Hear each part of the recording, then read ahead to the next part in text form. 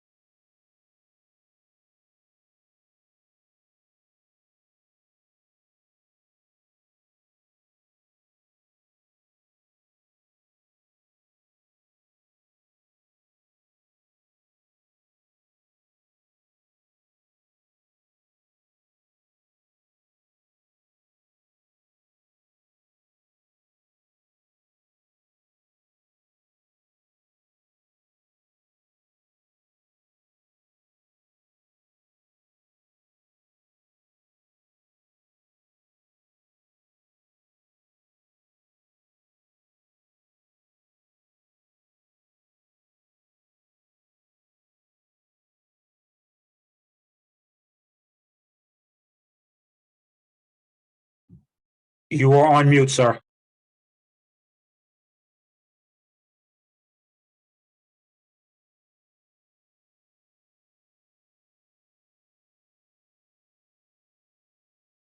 Okay, can you hear me okay?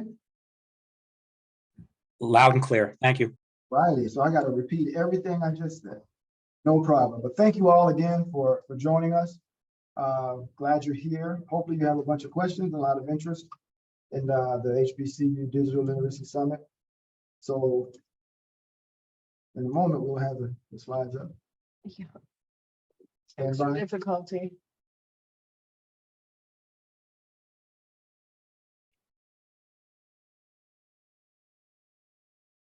And he's not letting me move.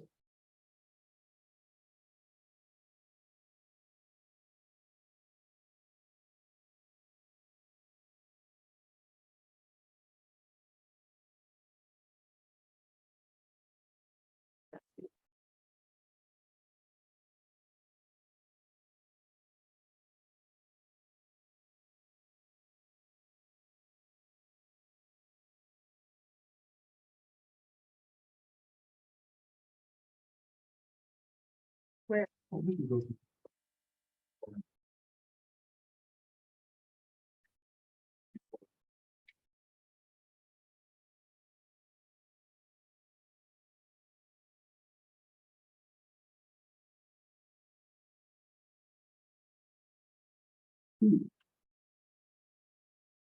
Almost there. Thank you for your patience.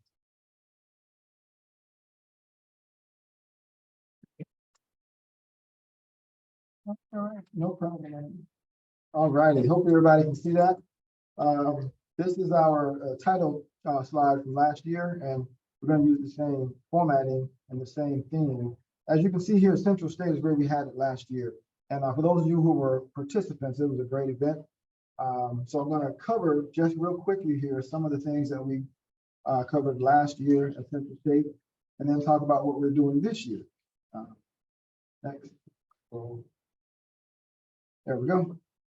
If you remember, for those of you who do remember, and for those of you who are new, our goals are wrapped and intertwined with the goals of the HBCU Partners Act, which was signed into legislation, signed into existence about 3 years ago now.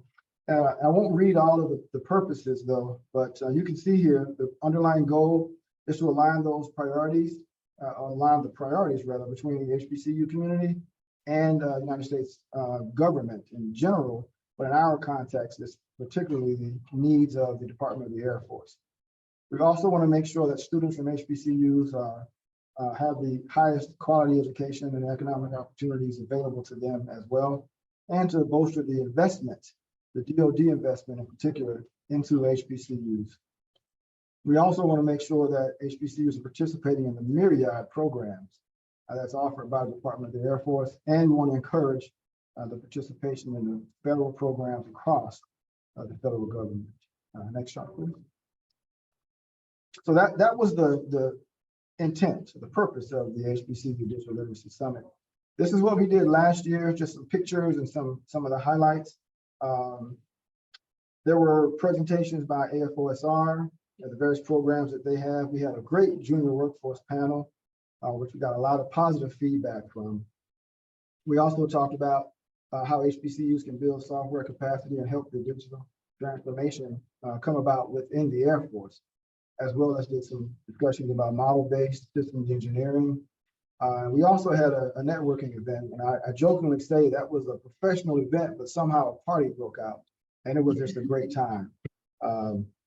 Moving to the middle top box, we also discussed some of the challenges that the Air Force is facing, some of the demand signals with respect to the digital transformation. What is a digital airman and a guardian? We dug into that a bit.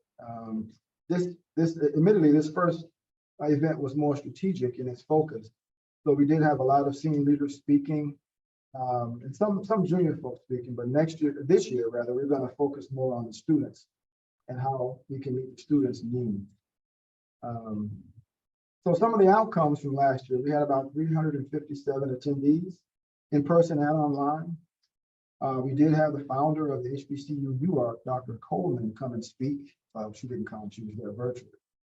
We also had various speakers, about 40 or so, who were from different walks of life in academia, industry, Department of the Air Force and Space Force. So it was a great turnout. We also had one state senator who was there, as well as a rep from the governor's office. So very, very well attended. Next chart, please. These are the schools that were represented there by way of alumni, faculty, staff, and the like. There were about 14 there last year. This year, we're trying to get about 20, 25 or so there. That's the goal. Hopefully we can very easily surpass that goal. I think we will be able to, because this year we're going to be in session. We'll be there in the fall, as opposed to the summer when we did the first one. There were a lot of students who were just out for the summer. But hopefully you can come, or if you came last year, you'll come back and you'll rep your university. Next chart.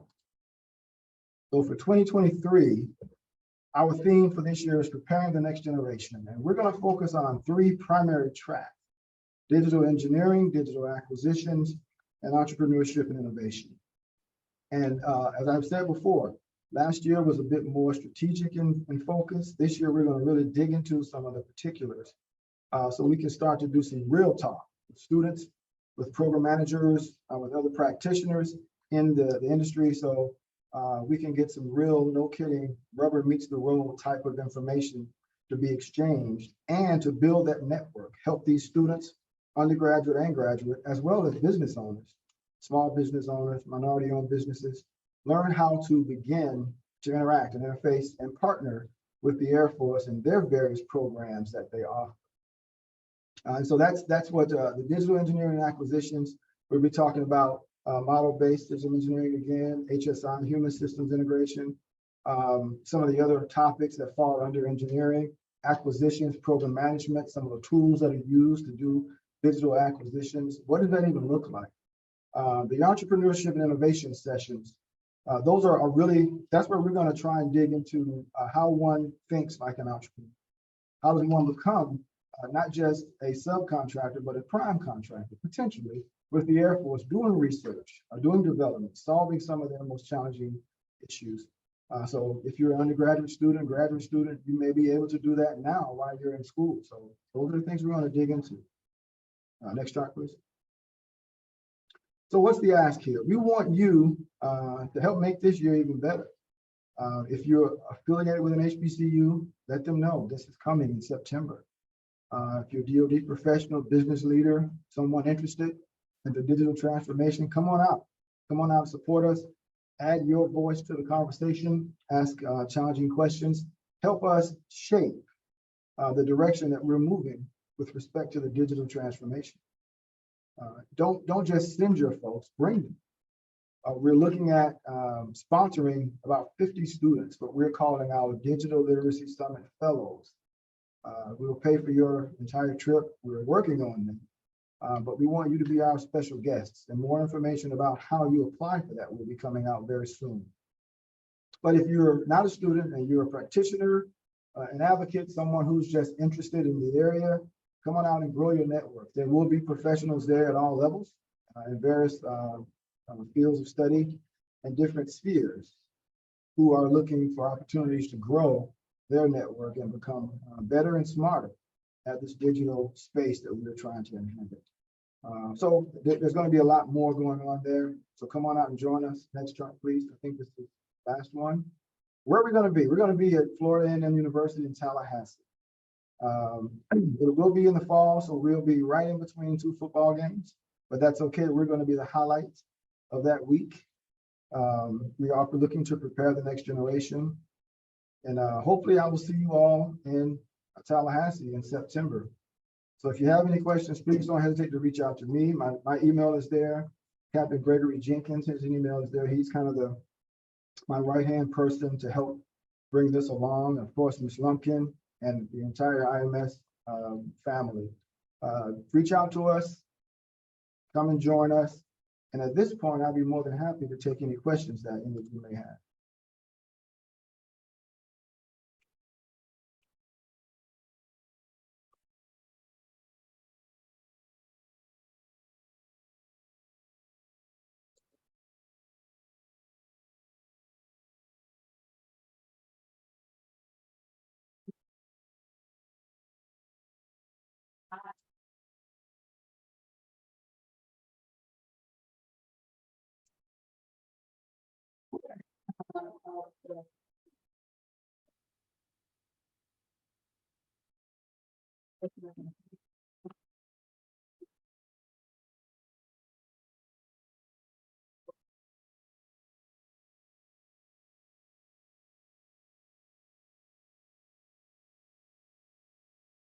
Make sure I understand the question. So from what happened last year, what are we taking from that to build on for future activities? Okay, great question.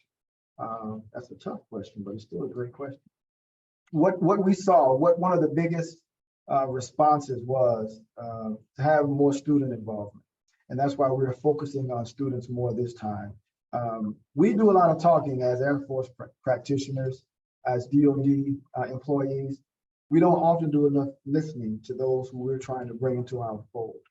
I was recently on a panel where I made the comment that we, the Department of the Air Force, needs to start to embrace hip hop culture. And that created quite a conversation. There's been several people who've been reaching out to me, trying to figure out what does that mean? Even a couple of people have reached out wanting to dig into that as a research project and maybe publish a paper. I think that's great. What I have experienced and what I've seen various people say when they're talking about hip hop culture is the music. They always get into the music, but it's so much more than just the music. It's a lifestyle, and that lifestyle is one that we need to embrace if we really and truly want to bring the most creative and most innovative minds into the Department of the Air Force, which is what we're going to need if we really want to be serious about addressing some of these digital transformation concerns. So listening is probably the biggest thing that I've taken from this previous summit, as well as several other events I've been a part of. Bringing those young creative minds to the table so we can have the conversation and listen to them more than we talk at them. Just look around, we had this conversation earlier. There are some very innovative and creative folks now doing things without the Air Force. They don't necessarily need us. We have young entrepreneurs who have followings on social media platforms that numbers in the hundreds of millions. What went into building that following? What was the mindset? What are you doing that's attracting that many people to listen to what you're saying? In some cases, it may be just something that's sensationalized. In other cases, it's very strategic and intentional. Either way, we need to tap into that because people aren't necessarily clamoring to come and be a part of what we're doing. Why is that? We need to explore that. Thank you for the question. That was a great question.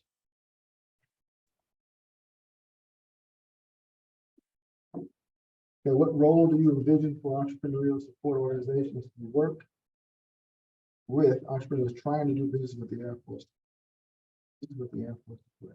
Okay, what role entrepreneurial support organizations? Okay, I think what you're asking, those organizations that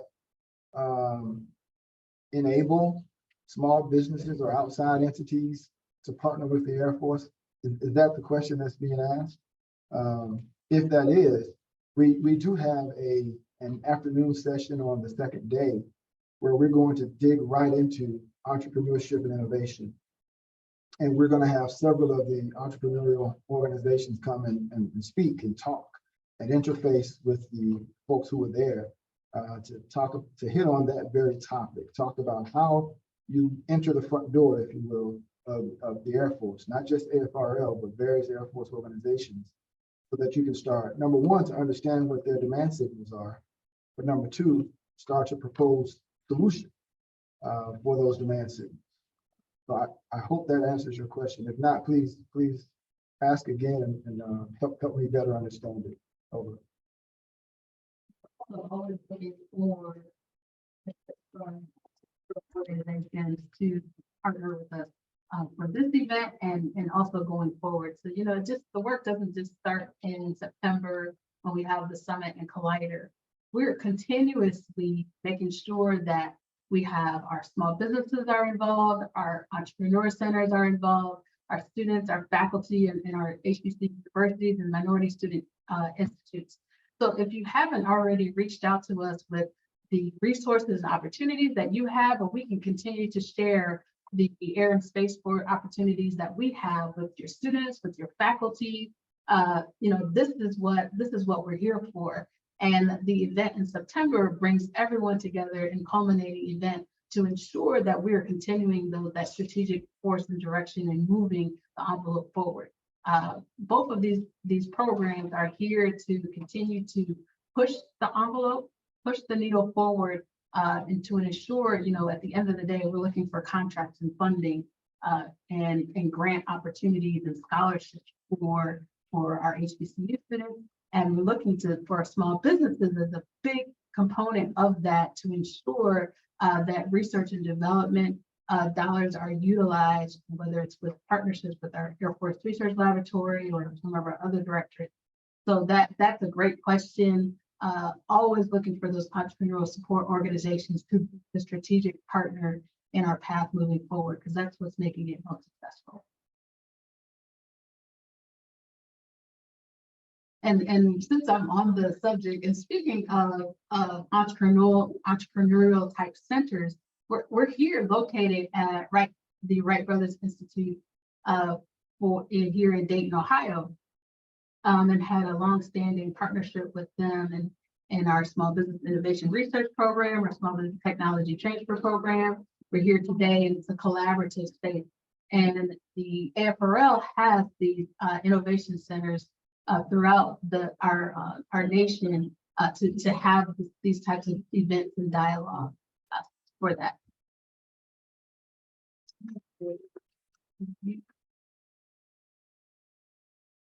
Are there Any other questions? Anything else I can address? Look like there's one more here.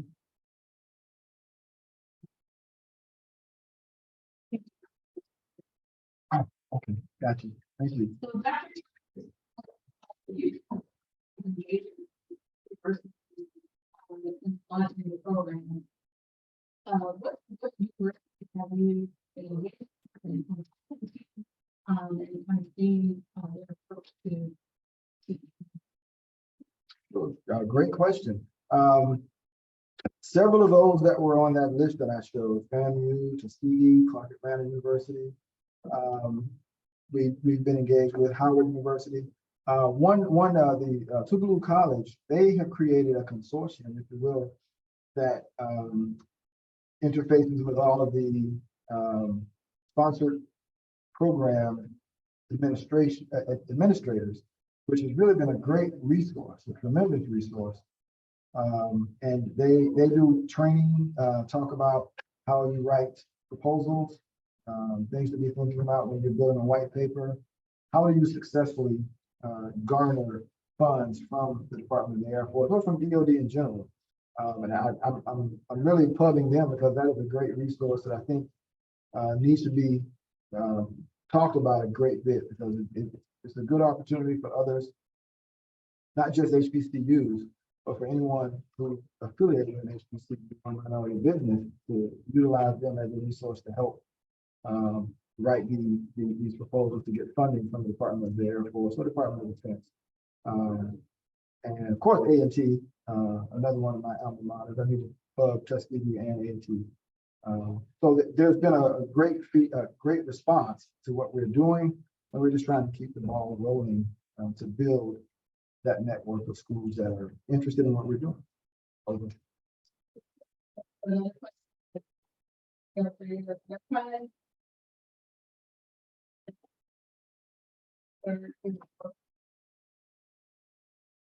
I am not familiar with that event. Would you please share some information about that?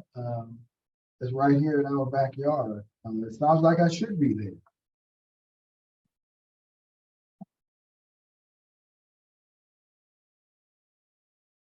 Could you drop a link in the chat, please, and I can look into that and figure out how to make sure that I am there. Thank you.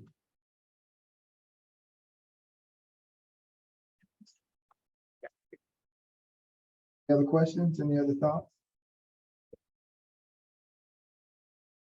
Okay, well, again, I just want to thank you for your attention and your time. Thank you for your interest. Please feel free to reach out to me if you have any questions. If you have suggestions on some things we should be covering. We're already in the planning stages for the next 4 events. We have 4 universities in mind that we're going to start reaching out to. And that's going to, they would be interested in hosting future events. So please, this is supposed to be a collaborative event. I don't have all the answers. I got a bunch of questions, and I'm sure you have questions as well. I think if we all partner together, we could figure out how to address some of those things and who the smart people are that we should engage. So I look forward to hearing from you, and hopefully I'll see you in Tallahassee. Thanks.